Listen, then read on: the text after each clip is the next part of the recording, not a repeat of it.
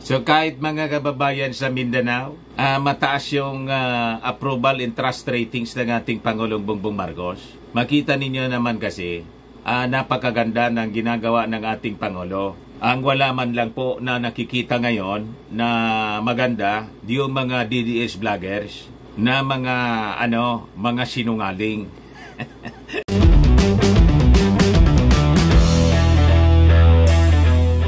Ito naman po yung bago naming product na binibenta online.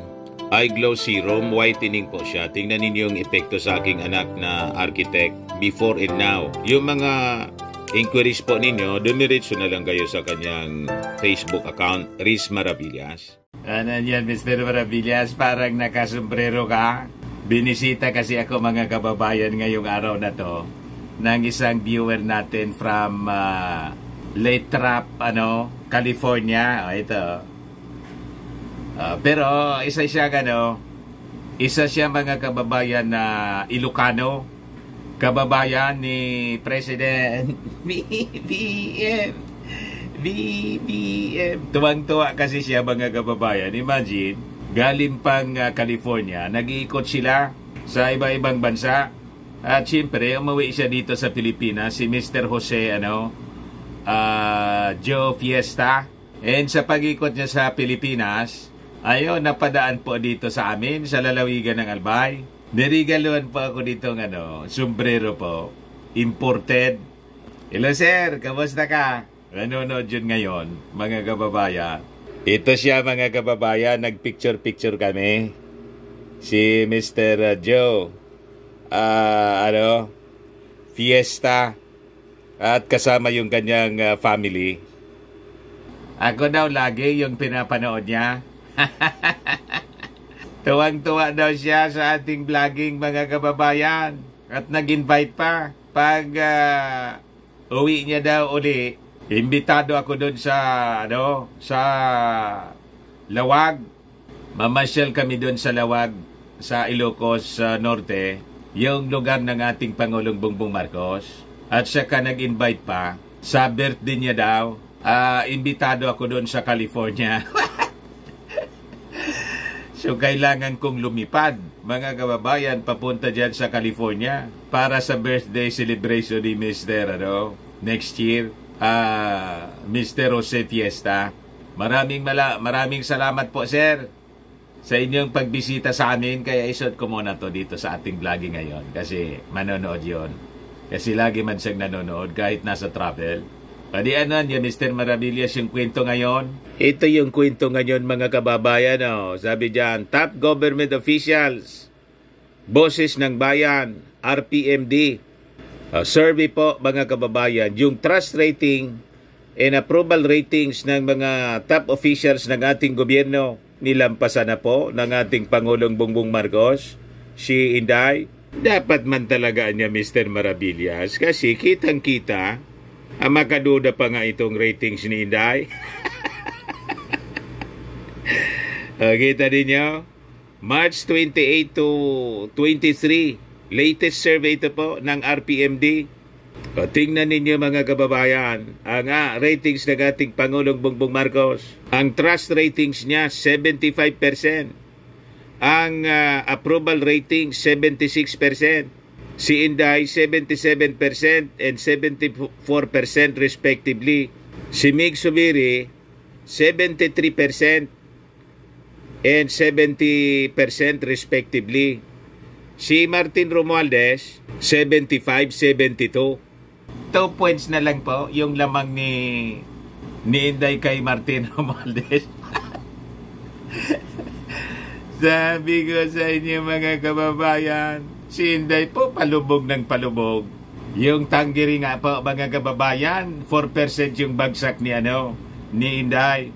Si Martin Romualdez pataas ng pataas, parang spaghetting pababa, spaghetting pataas at pababa. Kita ninyo? Baka niya Mr. Maravillas, nervyusin na niyan yung mga DDS.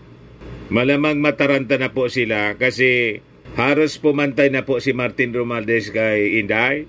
So sabi dyan, the top government officials Philippine nationwide survey is a component of the Boses ng Bayan.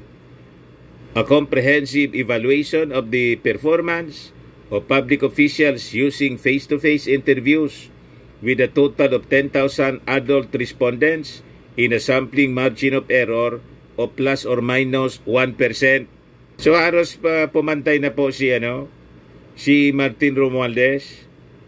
75 si Martin, 77 si Inday. Sa trust rating, sa approval po 74 si Inday, 72 si Martin. Pero top notcher yung ating Pangulong Bongbong Marcos. At yung ating House of Representatives, mataas palagi po ang trust rating ngayon. Hindi tulad ng mga nakaraang panahon. Ngayon lang siya sa leadership po ni Martin Romualdez. Trust rating 78%. Satisfaction ratings po 75%. Yung Senado 83% ang trust rating. Satisfaction rating 80%. So sabi dito sa report, regionally President Marcos trust rating showed the highest levels in the Balance Luzon at 86.0%, followed by Visayas 75.1%, sa NCR 73.3%, in Mindanao 71.7%. Yung approval ratings niya mirror this pattern with highest in Balance Luzon 81.6%, tapering through the National Capital Region 72.1%, Visayas 71.9%, in Mindanao 70.6%. So kahit mga kababayan sa Mindanao, mataas yung approval and trust ratings ng ating Pangulong Bongbong Marcos. Makita ninyo naman kasi napakaganda ng ginagawa ng ating Pangulo. Ang wala man lang po na nakikita ngayon na maganda, yung mga DDS vloggers na mga sinungaling.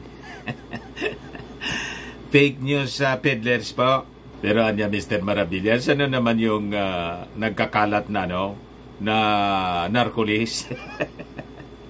May nag-share po sa akin ng document po. Yes, sabi natin, baka ikako galing ito sa puting ahas ng taga-American vlogger.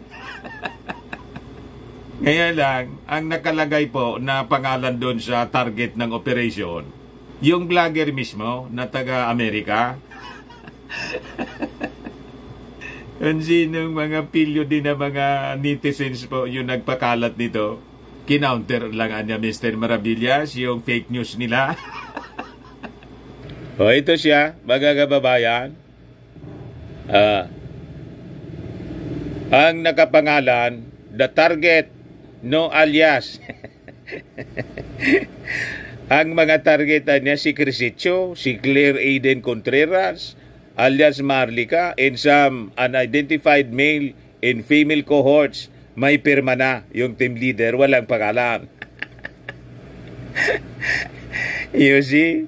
Kaya sabi ko dito, may bagong kumakalat sa SOCMED na lista, malamang galing ito sa puting ahas, kaya credible siya say ng mga anti-Marcos at batikang abogadong di kampanaryo. Di ba Atty. Glenn Chong, Trixie and Harry? Kasi yung mga pinakalat pong sabi ng PDEA, fake adya. Grabe po ang paniwala ni Glenn Chong. Pati si Trixie at saka si Harimau, halatang halata kayo na mga kasabwat kayo. May ganun talaga. Wala nga pong control number, wala pang pinakitang pangalan ng nakapirmang team leader, tinakpan pa. Pagkatapos, sasabihin ninyo na credible. Paduda kayo. Sunog na sunogan niya Mr. Maravillas yung mga fake news peddlers. Sunog na sunog at may lista tayo, mga kababayan, na nakita ko dito kung sino yung mga sinasabing fake news peddlers. O ito po ang sinare ito sa akin, kinopya ko lang ito. Updated fake news peddlers. So tingnan ninyo yung mga pangalan. Tandaan ninyo, mga kababayan, kung sino-sino to, marami pala sila po. Ha? Sino yan, Mr. Maravillas, nag-share? Yun po yung pinapakalat sa mga messenger. Sinare sa akin. Iyan niya, Mr. Maravillas, gano'n naman kasiguro ka na iyan talaga yung mga fake news peddlers. Sila po nagpapakalat ng mga kung ano-anong chismis. At gustong sabihin nila, paniwalaan natin sila. You just imagine yung vlogger mga kababayan sa Amerika. Ang sources niya ng balita sa kanyang content po, puting ahas. Ayon niya sa aking puting ahas. Kaya sabi ko sa post ko mga kababayan sa Facebook kanina, naniniwala ikako kayo sa naniwala si Eva ikako sa ahas, napahamak sila ni Adan. Then naniniwala kayo sa vlogger na ang source puting ahas. Ano ba? Saan ka pulutin yan mga kababayan? Pinaniwalaan ng mga nanonood sa kanya. Kung hindi mga estupido kayo. Di ba? Ba't ka maniniwala sa tinatawag na puting ahas? Ahas nga. Ang ahas po, simbolo ng dyablo. Ang dyablo po, sinungaling. Yun ang nagtukso kay ano po. Ang unang fake news po na nambiktima sa sangkatauhan po, yung ahas, tinukso si Eva. Ayun, nadamay po si Adan. Comes the fall of man, of humanity. Nadamay po tayo sa sumpa pagkatapos kayo naniniwala doon sa vlogger na ang source puting ahas. So malinaw po na anumang sabihin sa kanya ng puting ahas po, hindi siya totoo kasi nungalingan. Tama? Ayun po, sunog agad sa PDEA. Kaya ang daming nag-react dito sa post natin po mga kababayan. Sabi ni Fajarlintas sa Erja, Sir Dante Maravillas, good morning. Thank you so much for continuously supporting our President PBBM. Sabi ni ATB-ABS, all fine. Totoo naman Dante ang ahas na house. Kaya nga po, bakit ka maniniwala sa isang ahas? Yun pala yung vlogger ang demonyo. Malo kang hitad. Sabi ni Corina Agsoy, paano kasi mga bangag sila naka-fentanyl? But anyway, wala man tayong makuhang mabuti mga kababayan. Wala man tayong mapapala sa ganyang mga kwento. Mga kwentong marites po at paninira. Dito tayo sa mga magagandang balita galing sa ating sa ating gobyerno. So ito po yung magandang mga balita. The administration of President Ferdinand Marcos Jr. is still on track to achieving upper middle income economy status by 2025. Despite the revision of the country's economic target for 2024, sabi po ni Socio-Economic Planning Secretary Arsenio Balisacan. Di ba nakakatuwa? We will become an upper middle income status. We will have an upper middle income status pagdating po ng 2025. So slowly but surely mga kababayan, ang gustong mangyari ng ating Pangulong Bongbong Marcos, gumanda yung buhay ng ating mga mamamayang Pilipino sa pamamagitan ng pag-improve ng ating economy. Ito pa mga kababayan, Philippine exports surpass 100 billion US dollars, milestone in 2023, driven by IT, BPM and tourism sectors. Ito mismo yung sabi ng Secretary ng Department of Trade and Industry following the release ng Bangko Sentral ng Pilipinas BPM6 data. So this is a 4.8% increase from the previous year. Malamang nga niya Mr. Maravillas, sumama naman yung loob ng mga critics ng ating Pangulong Bongbong Marcos. Siyempre, kasi ang gusto nila, mga kababayan, bagsak. Bumagsak ang ating ekonomiya para may magamit silang panira sa ating administrasyon. Pero ganito mga balita na mataas yung ratings ng ating Pangulong Bongbong, trust and approval ratings, at talo na si Inday, linampasan na ng ating Pangulo. Lalong sasama yung pakiramdam ng mga taong yan. Dagdagan pa ng pag-unlad ng ating economy po, pati ng ating export. Kasi ang pinapakalat po nila, sa loob ng 2 taon daw na lumipas, wala man nagawa yung ating Pangulong Bongbong Marcos. Kung titingnan po ninyo ang data, mga kababayan, kung iisa-isahin natin, in 2 years time, nalampasan yung mga nagawa ng previous administration. Kaya sila nagagalit po. Napapahiya yung previous administration. Ito pa, mga kababayan, supported by robust macroeconomic fundamentals, the revised gross domestic product or GDP target growth will sustain the country's position as one of the fastest growing emerging economies in Asia-Pacific region, sabi po ng NEDA. Core set to keep Philippines one of ASPAC's for Asia-Pacific fastest growing emerging economies. Kaya sige po pakalat ng fake news ng mga DDS po.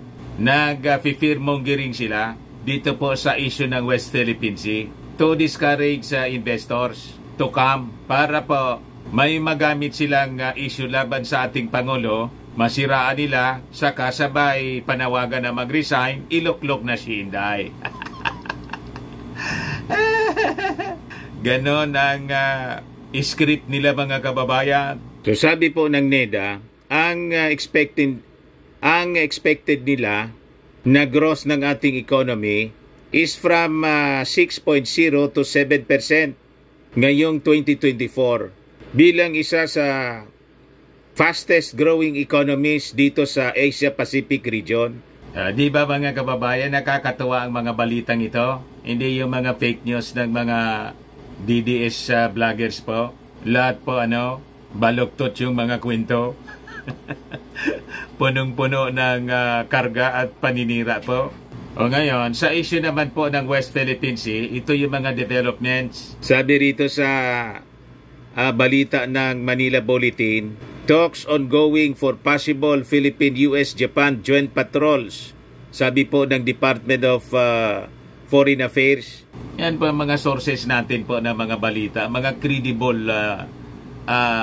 news organization, hindi yung puting ahas. Di ba? Ang source natin, kung hindi direkta sa Palasyo Malacanang, kasi we have contacts with the palace through the Presidential Communications Office or direct from the officials of the palace, galing po sa mainstream, mga credible news organization. Di ba? Ganun ang responsible journalism. Hindi kung sino-sinong mga ahas yung pinagkukunan ng kwento. So, nagmamaterialize na po yung mga efforts ng ating Pangulong Bongbong Marcos na ma-engage yung ating mga kaibigang bansa para masupla po ang pagmamalabis kaganidan ng China dito po sa atin sa West Philippine Sea. Kaya galit na galit yung mga minions po ni Xi Jinping dito sa ating bansa. Kasi siyempre, naipapakita ng ating Pangulong Bongbong Marcos ang kanyang resolve, ang tapang to stand up against the aggression ng China. Whereas yung sinasabing maisog na leader, puppet pala. Lapdog ng China. Yung sabi rito, negotiations are ongoing for the upcoming joint naval patrols among Filipino, American, and Japanese troops in the South China Sea. So itong yung minimin ng ating Pangulong Bongbong Marcos sa kanyang statement na countermeasure package in response dito sa mga aggression na ginagawa ng China. But it is, proportionate, reasonable, and proportionate at sumusunod sa international law. So sabi rito, the Department of Foreign Affairs made the confirmation ngayon lang po amid reports that a trilateral maritime activity may be mentioned in the joint statement of President Marcos, U.S. President Joe Biden, and Japanese Prime Minister Fumio Kishida when they meet at the White House sa April 11 po. Marcos, Biden, and Kishida will sit down to discuss trilateral cooperation to further peace and security in the Indo-Pacific and around the world. Sabi po ni House spokesperson Karine Jean-Pierre. The three countries have recently been active in its campaign to ensure freedom of navigation in calling out China for its aggressive actions in the waters. Kaya po di oobra itong mga Doro Gentleman's Agreement ninyo na ang ibig sabihin pag-traidor sa ating bansa at sa mga mamamayang Filipino. Padoro Gentleman's Agreement pa kayo. Paghodas ang pinakang sakto na tawag dyan. Kaya tama itong sinabi ni Dilima po. Mangauda sila sa Pilipinas at sa lahat ng mga Pilipino. Ngayon po sila. Diba? Ayan man lang po, mga kababayan, yung mga balita ngayon. Ako po si Dante Maravillas. Bye-bye po. God bless.